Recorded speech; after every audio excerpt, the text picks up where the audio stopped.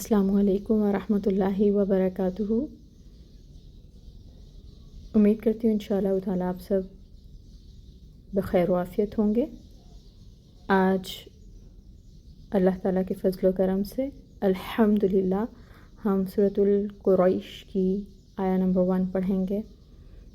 Lesson start کرتے ہیں۔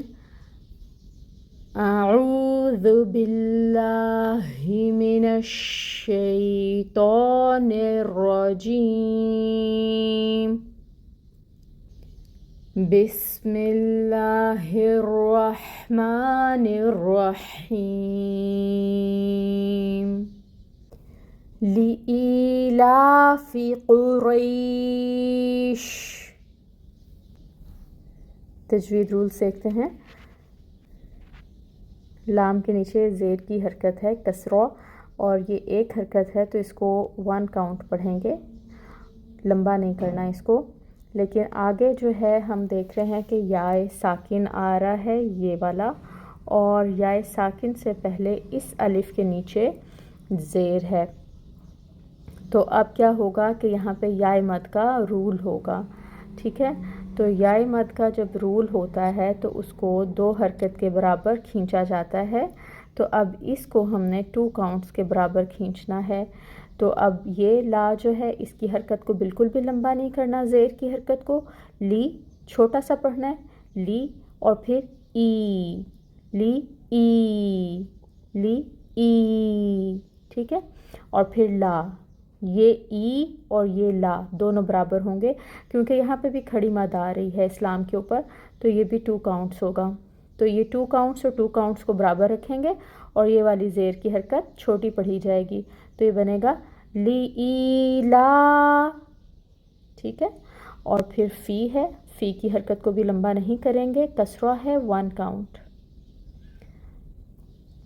یہ بنے گا لی ای لا فی، لی ای لا فی، لی ای لا فی۔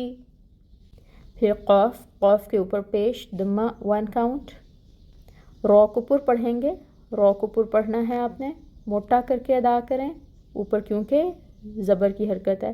اور یہاں پر جو ہے لین کا قاعدہ ہو رہا ہے، کیونکہ آپ دیکھیں یائے ساکن سے پہلے زبر آ رہی ہے، تو یہاں پر کیا ہو رہا ہے لین، تو اس کو بہت نرمی سے پڑھا جائے گا۔ لین کا قاعدہ ہو تو اس کو نرمی سے پڑھتے ہیں، روئی، روئی۔ پھر شین ہے، شین میں تفشی لائیں گے اور اس کو ساکن کریں گے کیونکہ آیا مکمل ہو رہی ہے، شین کو ساکن کر دیں اور اس کی صفت کو واضح کریں کہ اس کے اندر تفشی ہوتی ہے۔ قریش، قریش، لإیلاف قریش، ٹھیک ہے؟ اب ہم اس کی ٹرانسلیشن دیکھتے ہیں۔ لإیلاف مانوس کرنے کے لیے، قریش، قریش کو مانوس کرنے کے لیے۔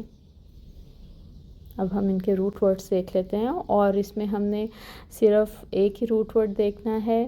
لإیلافی کا روٹ ورڈ ہوگا الف لام فا، لإیلافی کا روٹ ورڈ ہے الف لام فا، الف، ٹھیک ہے؟ اللہ تعالیٰ آپ سب کے لیے بہت سی آسانیاں کریں۔